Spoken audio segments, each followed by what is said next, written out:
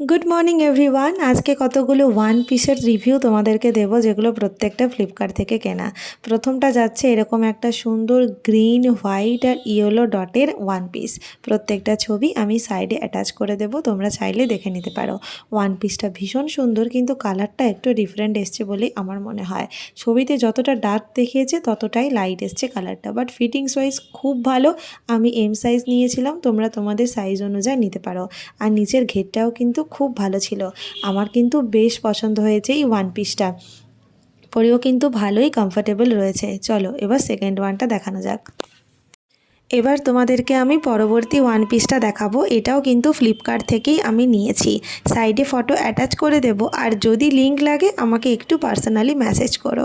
চলো এটাকেও পরে আসা যাক। 1 মিনিটের মধ্যে পরে আমি রেডি।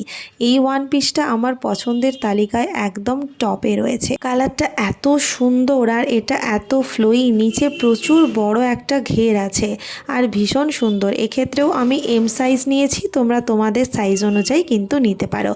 আর লেন্থটাও দেখেছো অনেকটাই বেশি, আর স্লিভসগুলোও অনেকটাই বড়, 3/4 থেকে একটু বড় স্লিভস। গলার কাছের কাজটাও দেখো ভীষণ সুন্দর, আর পরে খুব কমফোর্টেবল। ফ্লিপকার্ট থেকে তোমরা এই ওয়ান পিসটা মাস্ট বাই করো। আমি তো নিয়েইছি আর আমার ভীষণ ভীষণ পছন্দ হয়েছে এই ওয়ান পিসটা।